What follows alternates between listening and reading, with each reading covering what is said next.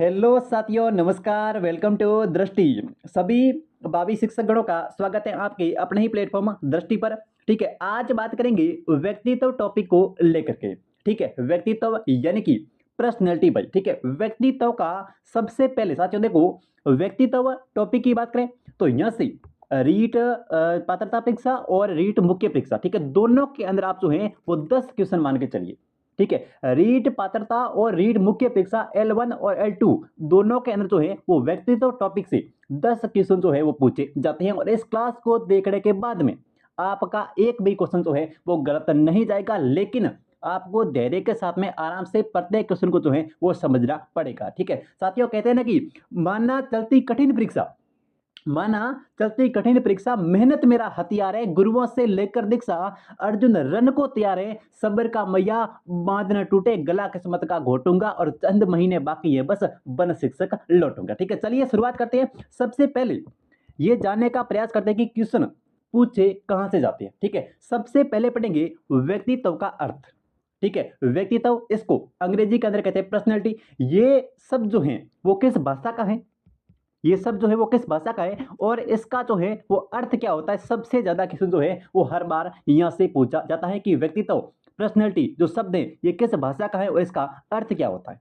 ठीक है, उसके बाद में बात करेंगे कि व्यक्तित्व, पर्सनैलिटी की क्या क्या विशेषताएं होती हैं। ठीक है, हम कहते हैं ना कि वो व्यक्ति जो है वो उसकी क्या पर्सनैलिटी है, क्या गजब लेवल का व्यक्ति है, तो वो होती है उसकी पर्सनैलिटी। ठीक है, यानी कि अपने बोलने का तरीका, सोचने का तरीका, व्यवहार करने का शालीनता, मधुरता, इन सभी चीजों को जो है वो हम कहते हैं पर्सनैलिटी यानी कि व्यक्तित्व कहते हैं। ठीक है, अब देखो व्यक्तित्व के कितने प्रकार होते हैं। ठीक है, उसके बाद में व्यक्तित्व मापन की विधियां, यानी कि हम कैसे किसी व्यक्ति के व्यक्तित्व का मापन कर सकते हैं। ठीक है, तो उसके लिए कुछ विधियां हैं और यहाँ से सबसे ज्यादा क्वेश्चन जो है वो पूछे जाते हैं व्यक्तित्व मापन की विधियों को लेकर के।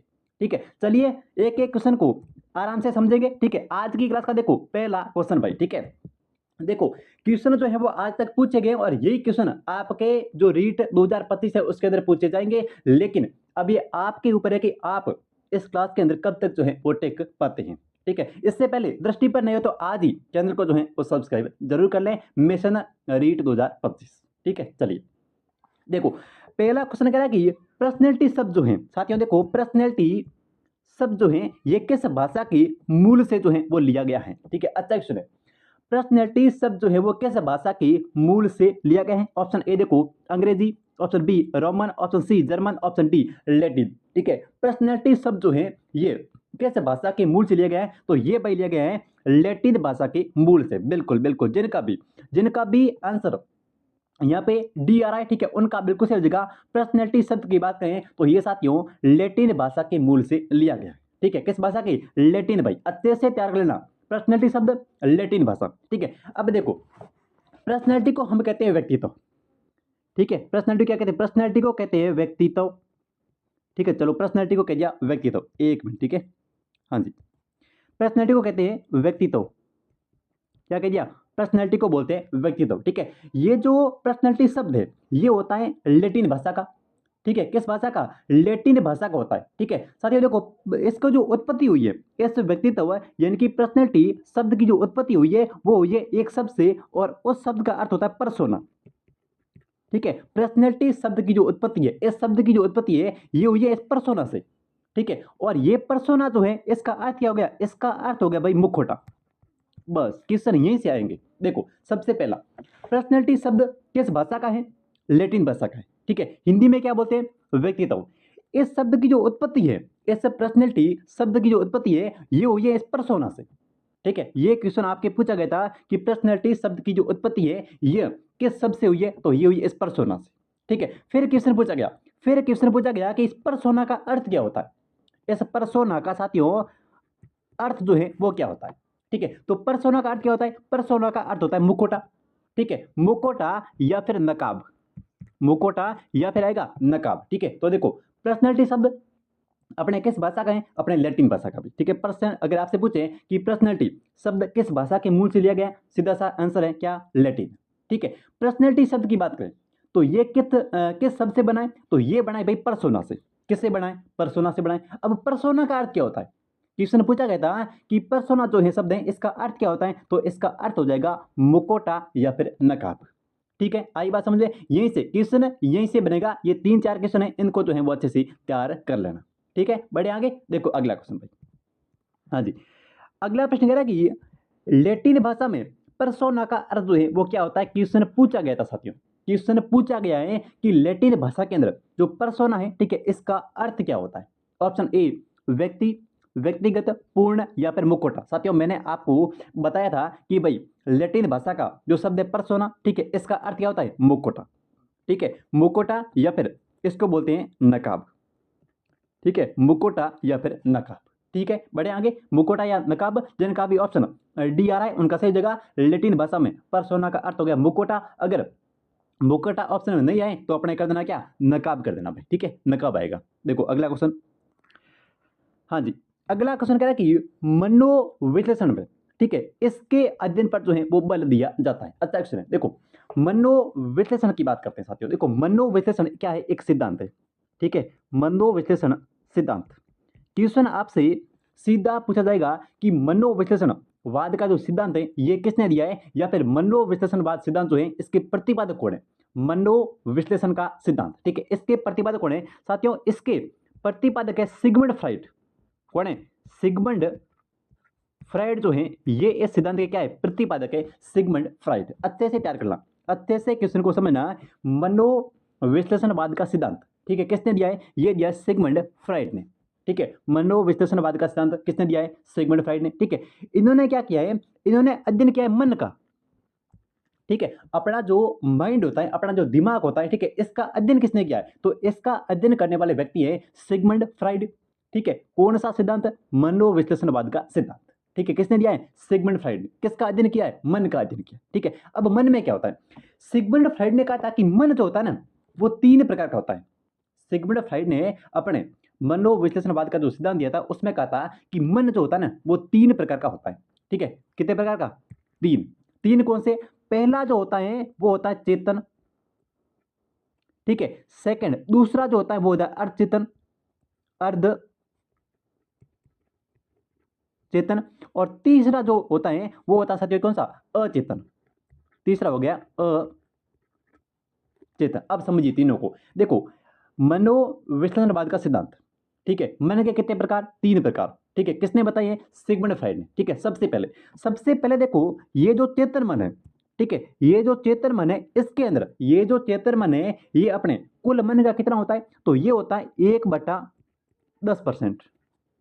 ठीक है, क्वेश्चन सीधा सा आपसे पूछा जाएगा कि चेतन मन जो है वो कितने प्रतिशत होता है, तो ये जो है वो 1/10 होता है। ठीक है भाई, अपना जो दिमाग कुल है वो 10% है, तो उसमें चेतन कितना है, एक्टिव कितना है, एक्टिव सिर्फ और सिर्फ 1% है।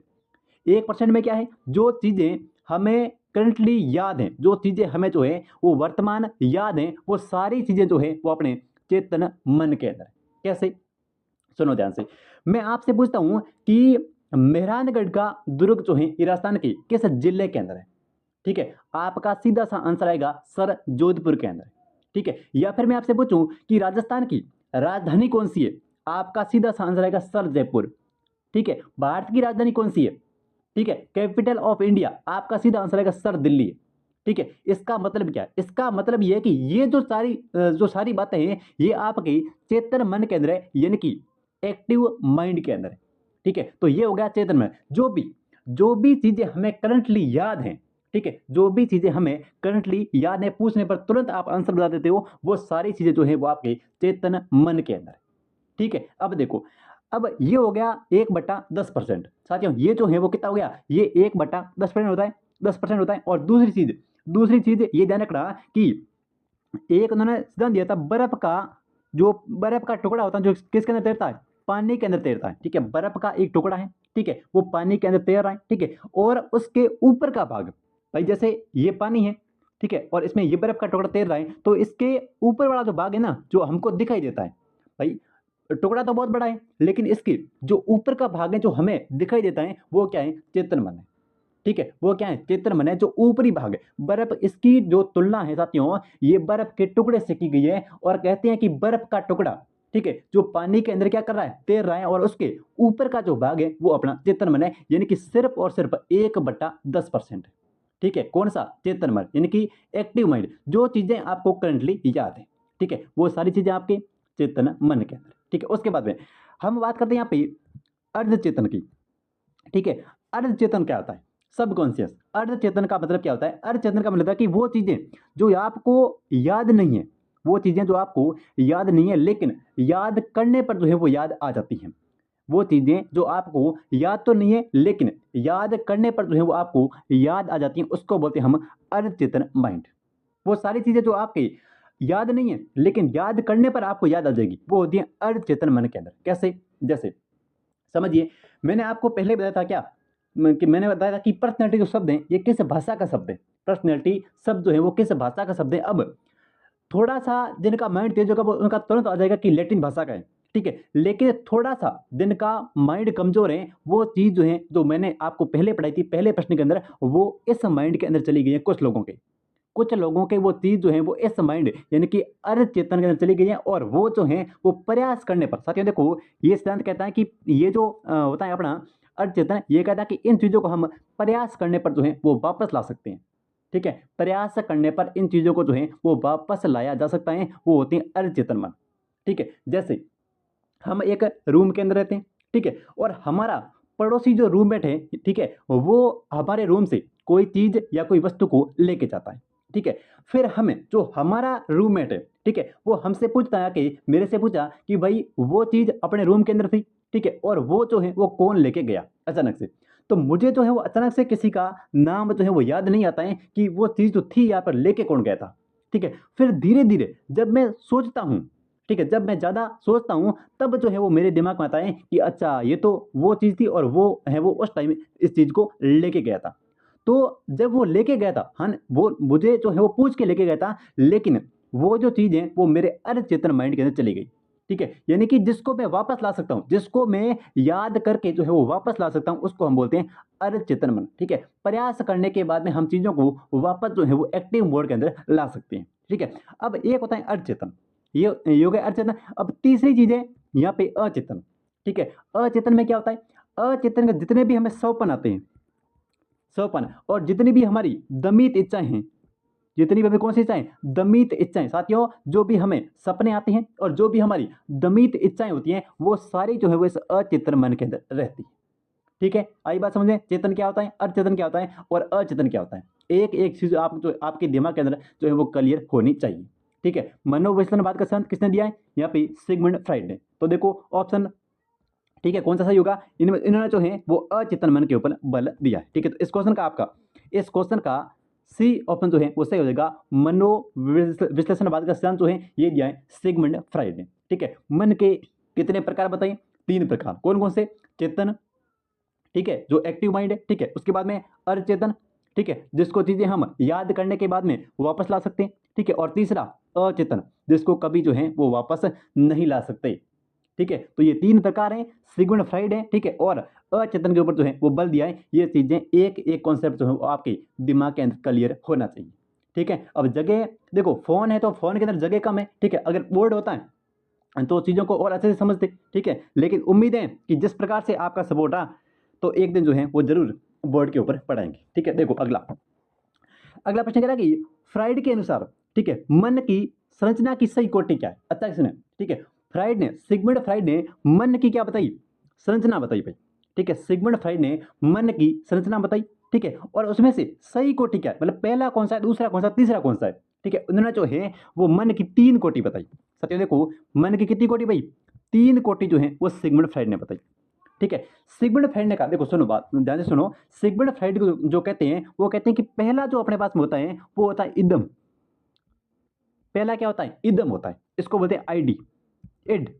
ठीक है, इड। उसके बाद में दूसरा जो होता है वो होता है अहम, ये मन की संरचना है, ये मन की क्या है, संरचना है। ठीक है, अहम, अहम को बोलते हैं हम ईगो, अहम को क्या बोलते हैं, अहम को बोलते हैं ईगो। और ईगो के बाद में तीसरा जो होता है वो होता है परम अहम। क्या होता है, परम अहम, और अंग्रेजी में बोलते हैं क्या, सुपर ईगो, अंग्रेजी में बोलते हैं सुपर ईगो। तो इन्होंने जो है वो मन की संरचना बताई है, और जो संरचना है उसके अंदर जो है वो 3 प्रकार बताई है।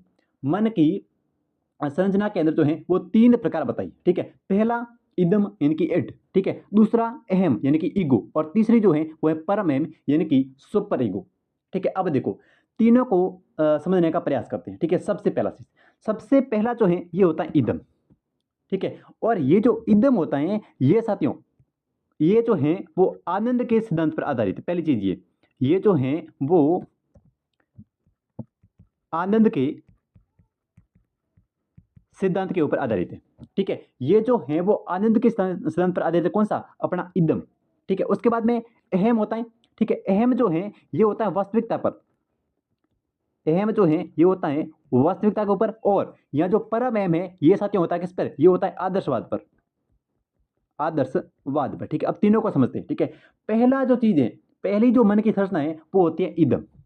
अब देखो इदम क्या होती है। माना कि दो बालक हैं एक क्लास के अंदर, और उसमें से एक बालक जो है वो हमेशा टिफिन लेके आता है।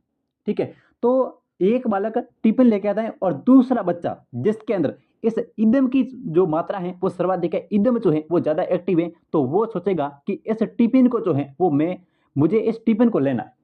ठीक है, वो आगे पीछे जो है वो कुछ नहीं सोचता है, वो बोलता है कि मुझे सिर्फ और सिर्फ ये टिफिन जो है वो चाहिए। ठीक है, तो इसके अंदर उस बालक के अंदर क्या है? इदम जो है वो सर्वश्रेष्ठ है। इदम की मात्रा जिसमें सर्वाधिक होती है वो जो है वो ऐसी क्रियाएं करता है। ठीक है, अब इदम जो है वो सर्वश्रेष्ठ है, तो वो उस टिप्पण को किसी भी प्रकार से प्राप्त करना चाहता है आगे। फिर दूसरे दिन क्या होगा उसके बारे में जो है वो नहीं सोचता है, वो सिर्फ और सिर्फ उसको प्राप्त करना चाहता है। ठीक है, अब देखो जिनके अंदर ये इदम जो है वो सर्वाधिक होता है वो या तो झगड़ालू होते हैं। ठीक है, या फिर वो बड़े होकर क्या बनते हैं? गुंडे, या फिर जो है वो गलत गतिविधियों के अंदर शामिल होते हैं, जिसके अंदर इस इदम की प्रवृत्ति जो है वो सर्वाधिक पाई जाती है। ठीक है, तर्क बिल्कुल भी नहीं होता है। ठीक है, नैतिकता का अभाव होता है। ठीक है, और यौन प्रवृत्ति जो है वो सर्वाधिक पाई जाती है किसके अंदर? इस इदम के अंदर। ठीक है, तो इदम वाले जो बच्चे होते हैं जिसके अंदर इदम सर्वाधिक होता है, जिसके अंदर इदम श्रेष्ठ होता है, वो झगड़ालू होते हैं, क्रोधित होते हैं, और हमेशा किसी चीज को प्राप्त करना चाहते हैं आगे, परिणाम भले कुछ भी हो। ठीक है, जिसके अंदर ये इदम की मात्रा सर्वाधिक है वो। ठीक है, अब अहम क्या कहते हैं? देखो अहम, अहम का मतलब ईगो। ठीक है, ईगो जो होता है ये जो है वो किस पे आधारित है? ये आधारित है वास्तविकता पर। ठीक है, ये जो अहम जो है ये इन दोनों के बीच में, इदम के बीच में और परम अहम के बीच में क्या करता है? संतुलन स्थापित करता है। ठीक है, कि नहीं ऐसा नहीं है, ऐसा होना चाहिए। अब देखो एक बच्चा इस टिफिन को प्राप्त करना चाहता है, अगर वही बच्चा जिसके अंदर अहम सर्वाधिक है तो वो क्या कहेगा?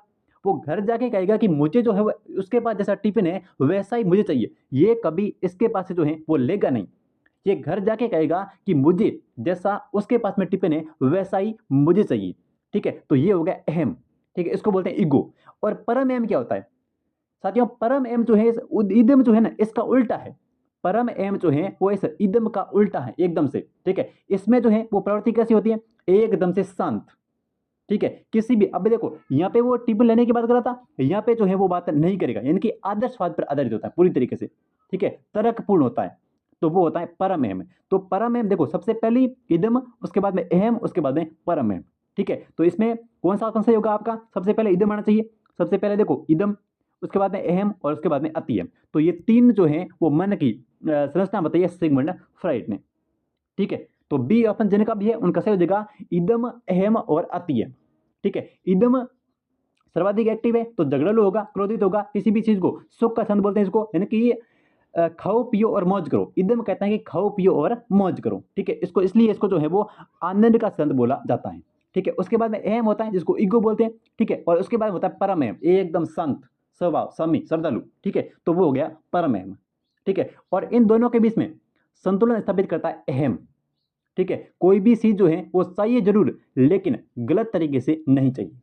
ठीक है, तो वो होता है, वो कहता है अहम। ठीक है, तो इसमें देखो सबसे पहला इदम, ठीक है, उसके बाद में अहम, उसके बाद में अतियम या फिर परम अहम। ठीक है, तो जिनका भी ऑप्शन यहाँ पे बी आ रहा है उनका बिल्कुल यहाँ पे सही हो जाएगा। देखो अगला क्वेश्चन, अगला प्रश्न कह रहा है कि व्यक्तित्व मापन के लिए, ठीक है, निम्न में से कौन सा एक व्यक्तिनिष्ठ परीक्षण है? अब ये अच्छा क्वेश्चन है। ठीक है, व्यक्तिनिष्ठ परीक्षण क्या होता है समझिए। ठीक है, व्यक्तिनिष्ठ परीक्षण का मतलब यहाँ पे ये होता है कि किसी भी एक व्यक्ति का अध्ययन करना। किसी भी एक व्यक्ति का जब हम अध्ययन करते हैं तो उसको बोलते हैं व्यक्तिनिष्ठ परीक्षण। ठीक है, किसका अध्ययन? उस एक व्यक्ति की व्यक्तित्व का अध्ययन। ठीक है, जब हम किसी एक व्यक्ति के व्यक्तित्व का अध्ययन करते हैं तो उसको बोलते हैं व्यक्तिनिष्ठ परीक्षण। ठीक है, तो इनमें से कौन सी विधि जो है वो व्यक्तिनिष्ठ परीक्षण की है?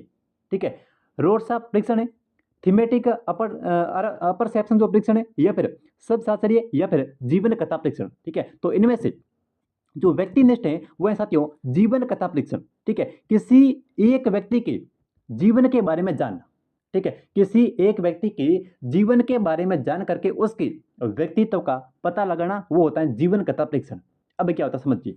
देखो, जीवन कथा परीक्षण, पहली चीज ये एक व्यक्तिनिष्ठ परीक्षण है। ठीक है, व्यक्तिनिष्ठ, या फिर इसको बोल दो आप आत्मनिष्ठ। व्यक्तिनिष्ठ या फिर इसको बोल दो आत्मनिष्ठ, दोनों एक ही बात है। आत्मनिष्ठ और व्यक्तिनिष्ठ दोनों एक ही चीज है। होता क्या है, किसी एक व्यक्ति के व्यक्तित्व का अध्ययन जो है वो किया जाता है। ठीक है, अब जीवन कथा परीक्षण, ठीक है, इसमें क्या होता है, इसमें जो है वो किसी भी एक व्यक्ति के जीवन का अध्ययन किया जाता है, यानी कि उसका जो है वो पास्ट कैसा रहा, उसके पास्ट के बारे में जो है वो अध्ययन किया जाता है। अब क्यों किया जाता है, जैसे समझिए, एक बालक, हमने सुना है बहुत बार, नेट के ऊपर देखा है, चाणक्य या फिर इसको बोलते हैं कौटिल्य। ठीक है, उसका जो आईक्यू लेवल है साथियों वो है 200 प्लस। आईक्यू लेवल जो है, उसकी जो बुद्धि है वो साथियों 200 प्लस है। ठीक है, अब ऐसा क्यों है, इसको जानने के लिए, यानी कि उसकी पर्सनैलिटी, उसके व्यक्तित्व को जानने के लिए जीवन कथा परीक्षण का जो है वो विधि जो है वो प्रयोग में लाई जाएगी, यानी कि उसका पास्ट जो है वो देखा जाएगा। ठीक है, उसके मम्मी पापा दादा दादी तक जो है वो परीक्षण किया जा सकता है। तो ये जो है इसको हम बोलते हैं जीवन कथा विधि।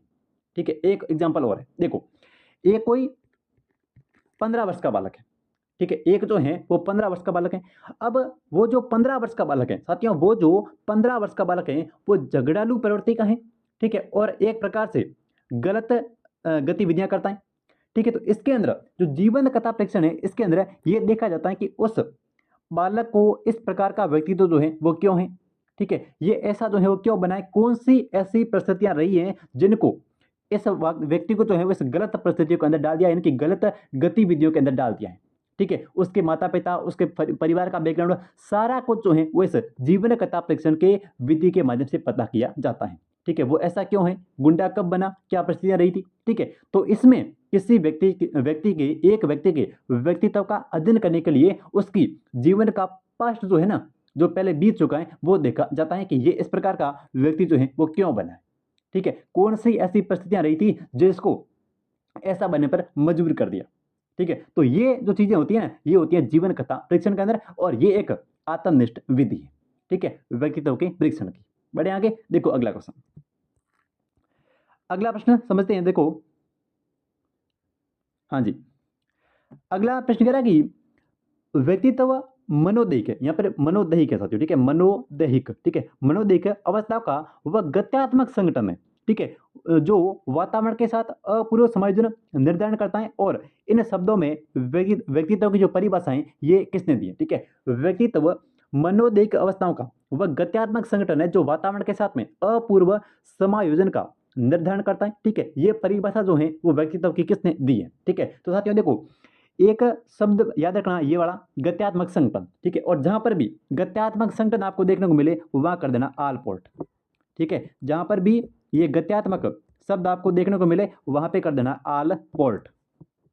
ठीक है, तो इस क्वेश्चन का आपका कौन सा ए ऑप्शन जो है वो सही होगा। एक शब्द को याद रखना, इस अपने गत्यात्मक संगठन को। ठीक है, गत्यात्मक संगठन जहां पे आएगा वहां पर जो है वो आल पोर्ट आएगा। ठीक है, देखो अगला प्रश्न कह रहा है कि एक व्यक्ति जो है ये अंतर्मुखी व्यक्तित्व है। ठीक है, एक अंतर्मुखी व्यक्तित्व जो है वो होता है। ठीक है, अंतर्मुखी व्यक्तित्व जो है वो क्या होता है, देखो अंतर्मुखी यानी कि भाई खुद के अंदर रहने वाला। ठीक है, अंतर्मुखी जो व्यक्तित्व होता है वो जो है वो खुद के अंदर ही रहता है। तो वो क्या क्रिया करने की तीर्थ, यहाँ पे तीर्व है। ठीक है, क्रिया करने की तीव्र इच्छा रखने वाला नहीं, प्रबल और सरलता से परेशान नहीं होने वाला नहीं, बिल्कुल नहीं। ठीक है, विनम्र और सरल भाव का, या फिर व्यक्ति जो अपने पर्यावरण के प्रभाव के प्रति तुरंत प्रतिक्रिया करें। साथ प्रतिक्रिया, यहाँ पे प्रतिक्रिया करें। तो देखो, जो अंतर्मुखी होगा, जो खुद के अंदर, देखो कई लोगों को आपने देखा होगा जो 10 लोगों की भीड़ साथ बैठे, 10 लोगों के साथ बैठे, फिर भी जरूरत पड़ने पर ही बोलेंगे, लेकिन बिना जरूरत के कभी भी जो है वो बीच में नहीं बोलते हैं, वे होते हैं अंतर्मुखी व्यक्तित्व वाले। ठीक है, बिना मतलब के नहीं बोलना, तो ये होता है एक विनम्र और सरल भाव का। ठीक है, इस क्वेश्चन का आपका सी ऑप्शन जो है वो सही हो जाएगा। विनम्र और सरल भाव वाला जो व्यक्ति होता है वो हमेशा अंतर्मुखी होता है, यानी कि खुद के अंदर ही रहता है। ठीक है, देखो अगला क्वेश्चन। अगला प्रश्न कह रहा है कि शाही धब्बा परीक्षण व्यक्तित्व परीक्षण का कौन सा प्रकार है। ठीक है, शाही धब्बा परीक्षण इसको बोलते हैं इंक ब्लॉट टेस्ट। ठीक है, यानी कि आईबीटी। ठीक है, और आईबीटी को अंग्रेजी में कहेंगे इंक ब्लॉट टेस्ट। ठीक है, ink block test, ink blot test जो होता है शाही धब्बा परीक्षण है, ये जो है वो एक प्रक्षेपी विधि है। ठीक है, ये जो है वो एक प्रक्षेपी परीक्षण है, तो इस क्वेश्चन का बी ऑप्शन जो है वो सही होगा। अब देखो शाही धब्बा परीक्षण, साथियों शाही धब्बा परीक्षण की बात करें तो ये दिया किसने है। ठीक है, ये देने वाले व्यक्ति का नाम है हरमन रोसा। ठीक है, हरमन रोसा।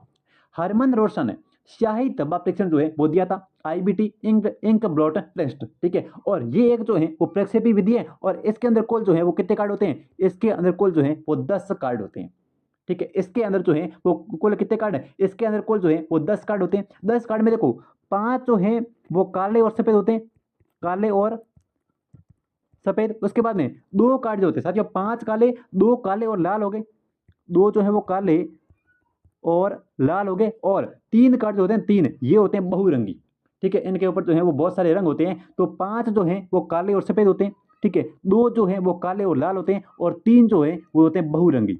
ठीक है, 3 जो है वो बहुरंगी होते हैं। देखो कौन कौन सी चीजें याद रखनी है, क्वेश्चन कहाँ से पूछे जाते हैं, बस इतना ही ध्यान रखना है। ठीक है, सबसे पहला शाही धब्बा परीक्षण। ठीक है, इसको बोलते हैं इंक ब्लॉक टेस्ट। ठीक है, किसने दिया है, हरमन रोशन। किसने दिया है, हरमन रोशन। कितने कार्ड होते हैं, तो कार्ड होते हैं 10। कार्ड कितने हो गए, कार्ड होते हैं 10। ठीक है, 5 काले और सफेद। ठीक है, 2 काले और लाल, और 3 जो है वो क्या होते हैं, 3 अपने हो गए बहुरंगी होते हैं। ठीक है, तो इसके अंदर ठीक है जो इंक ब्लॉक टेस्ट है यानी कि शाही धब्बा परीक्षण है, ये हरमन रोशन दिया है। 10 कार्ड होते हैं, 5 काले और सफेद हो गए। ठीक है, 2 जो है वो काले और लाल हो गए, और 3 जो है वो बहुरंगी होते हैं, और ये एक प्रक्षेपी परीक्षण है बस। ठीक है, क्वेश्चन यहीं से पूछे गए हैं। ठीक है, देखो अगला। अगला है कि सीएटी। देखो सीएटी व्यक्तित्व परीक्षण की कौन सी विधि है। देखो सीएटी की बात करें तो ये व्यक्तित्व परीक्षण की कौन सी विधि है, तो ये साथियों एक प्रक्षेपी विधि है। ठीक है, सीएटी जो है ये एक प्रक्षेपी विधि है। ठीक है, सीएटी प्रक्षेपी है, सीएटी ये प्रक्षेपी है। ठीक है, इसके अलावा जैसे आईबीटी हमने पढ़ा इंक ब्लॉक टेस्ट, ये प्रक्षेपी है। ठीक है, इसके अलावा जैसे एक होता है टीएटी। ठीक है, ये भी प्रक्षेपी है। तो इस प्रकार से सीएटी, आईबीटी और टीएटी ये तीनों जो विधियां हैं ये प्रक्षेपी विधियां हैं। ठीक है, तीनों जो विधियां ये कैसी विधियां हैं, प्रक्षेपी विधियां हैं। ठीक है, अब देखो सीएटी की हम बात करते हैं साथियों। देखो सीएटी का मतलब बताएं कि बालक अंतर्बोध परीक्षण, यानी कि इसको अंग्रेजी में बोलते हैं चाइल्ड एप्रिसिएटिव टेस्ट। ठीक है, चाइल्ड एप्रिसिएटिव टेस्ट इसको बोलते हैं, यानी कि बालक अंतर्बोध परीक्षण। ठीक है, इसके अंदर साथियों इसके अंदर जो कुल कार्ड होते हैं वो होते हैं 10। इसके अंदर भी 10 कार्ड होते हैं। अब आपसे क्वेश्चन जो है वो सीधा पूछते हैं कि भाई सीएटी जो व्यक्तित्व परीक्षण है, ठीक है, ये कैसा है, ये एक प्रक्षेपी है। ठीक है, कार्डों की संख्या कितनी होती है, 10 होती है। ठीक है, ये किसने दिया था, इसके प्रतिपादक कौन है, इसके प्रतिपादक कौन है, तो साथियों इसके जो प्रतिपादक हैं वो है बेलेक। ठीक है, बेलेक ने जो है वो ये दिया था, कौन सा अपना सीएटी व्यक्तित्व परीक्षण जो है ये एक प्रक्षेपी है। आईबीटी कौन सा था, आईबीटी भी प्रक्षेपी था। ठीक है, आईबीटी किसने दिया था, हरमन रोशन दिया था। आईबीटी में कितने थे कार्ड, 10 थे, और इसमें कितने हैं, 10 हैं। ठीक है, सिर्फ प्रतिपादक अलग है साथियों, सिर्फ और सिर्फ प्रतिपादक अलग है, वो भी प्रक्षेपी है, आईबीटी भी, ये भी प्रक्षेपी है। ठीक है, उसमें 10 कार्ड है, इसमें 10 कार्ड है। वो हरमन रोशन दिया था आईबीटी, और यहाँ पे जो सीएटी है इसके प्रतिपादक है बेलेक। ठीक है, बस इतना से इतनी चीजें जो है वो याद रख लोगे तो बहुत है। ठीक है, देखो अगला क्वेश्चन। अगला प्रश्न कह रहा है कि किशोर में ठीक है दबंध उत्पन्न होने का मुख्य कारण क्या है। एक किशोर जो है उसके अंदर दबंध उत्पन्न होने का मुख्य कारण क्या है। ठीक है, पीढ़ियों में अंतर, अवसरों की प्रतिकूलता, किशोर अवस्था में सोपन दर्शन, या फिर निराश। साथियों देखो ये किशोर जो है उसके अंदर दबंध उत्पन्न होने का मुख्य कारण है अवसरों की प्रतिकूलता। ठीक है, किशोर के अंदर दबंध उत्पन्न होने का जो मुख्य कारण है वो है अवसरों की प्रतिकूलता। तो इस क्वेश्चन का आपका बी ऑप्शन जो है वो सही हो जाएगा, अवसरों की प्रतिकूलता। ठीक है, देखो अगला क्वेश्चन। अगला प्रश्न कह रहा है कि वांछित व्यक्तित्व होता है ठीक है। वांछित व्यक्तित्व जो है वो क्या होता है, ठीक है, अंतर्मुखी, समेकित स्तर या फिर बहिर्मुखी या फिर मन स्थापित। साथियों देखो, व्यक्ति जो वांछित व्यक्तित्व होता है ना, ये होता है हमेशा समेकित स्तर, जिनकी वांछित का मतलब है यहाँ पे उसके जो समय जो होते हैं ना वो स्थिर होते हैं। समय जो होते हैं वो कैसे होते हैं, स्थिर होते हैं। तो इस क्वेश्चन का आपका कौन सा ऑप्शन, इस क्वेश्चन का आपका बी ऑप्शन जो है वो सही होगा, समेकित स्तर। ठीक है, वांछित जो व्यक्तित्व होता है ये हमेशा समेकित स्तर होता है, यानी कि उसके समय जो होते हैं वो स्तर होते हैं। ठीक है, देखो अगला क्वेश्चन। अगला प्रश्न कह रहा है कि छात्र के असामान्य व्यवहारों के लिए निम्नलिखित में से किस प्रणाली का प्रयोग जो है वो सही है। देखो मैंने आपको कहा था कि एक बालक जो है वो झगड़ालू प्रवृत्ति का है और कम उम्र के अंदर वो गलत गतिविधियों के अंदर जो है वो शामिल हो जाता है। ठीक है, तस्करी करना, जो किसी को मारना पीटना, ठीक है, इस प्रकार की जो गतिविधियां होती हैं उसमें वो शामिल हो जाता है, यानी कि असामान्य व्यवहार बोलते हैं इसको। ठीक है, अब असामान्य व्यवहार बोलते हैं। तो इसके लिए किस विधि का प्रयोग करेंगे, तो उसके लिए मैंने आपको कहा था कि जीवन विधि, इसको बोलते हैं क्या, व्यक्ति इतिहास प्रणाली। ठीक है, उसकी व्यक्ति इतिहास प्रणाली जो है वो उसका अध्ययन करेंगे। ठीक है, उसके पास्ट का अध्ययन करेंगे और उसकी उसके जो पीछे की कौन कौन सी गतिविधियां जो हैं वो रही है, ठीक है, किस प्रकार का उसका जो है परिवार था, इन सभी चीज़ों के बारे में व्यक्ति इतिहास प्रणाली के बारे में जो है वो ज्ञान प्राप्त करना है यहाँ पे। ठीक है, क्योंकि उसका जो व्यवहार है वो असामान्य है। भाई किसी का जो व्यवहार है, किसी बालक का व्यवहार जो है वो असामान्य है। ठीक है, गलत गतिविधियां करता है, झगड़ालू है, ठीक है, किसी को मारता पीटता है, तो उसके लिए ठीक है व्यक्ति इतिहास प्रणाली के माध्यम से उसके व्यक्तित्व का जो है वो पता लगाया जाता है। ठीक है, तो इसमें बी ऑप्शन सही होगा, व्यक्ति इतिहास प्रणाली। ठीक है, देखो अगला क्वेश्चन।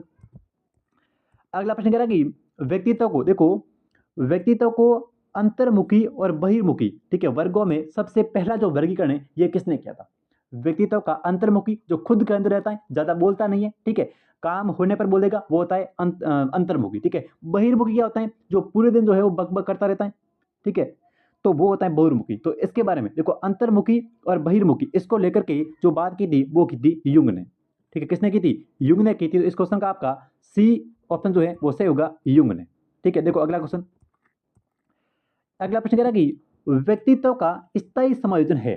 ठीक है, व्यक्तित्व पर्सनैलिटी का स्थायी समायोजन है। ऑप्शन ए पर्यावरण के साथ में, जीवन के साथ में, प्रकृति के साथ में, या फिर ये सभी। तो व्यक्तित्व का जो स्थायी समायोजन है वो इन सभी के साथ में, यानी कि आपका कौन सा ऑप्शन, ये डी ऑप्शन सही होगा, पर्यावरण के साथ भी है, जीवन के साथ में भी और प्रकृति के साथ में भी है। ठीक है, देखो अगला क्वेश्चन। और इस क्वेश्चन का आंसर जो है वो आपको कमेंट करके बताना। देखो क्वेश्चन कह रहा है कि लेटिन भाषा में परसोना का अर्थ क्या है। ठीक है, लेटिन भाषा के अंदर परसोना का अर्थ क्या है, व्यक्ति, व्यक्तिगत, अपूर्ण या फिर मुखौटा। इस क्वेश्चन का आंसर जो है वो आपको कमेंट करके बताना है। ठीक है, मिलते हैं एक नई क्लास में, तब तक के लिए जय हिंद जय भारत।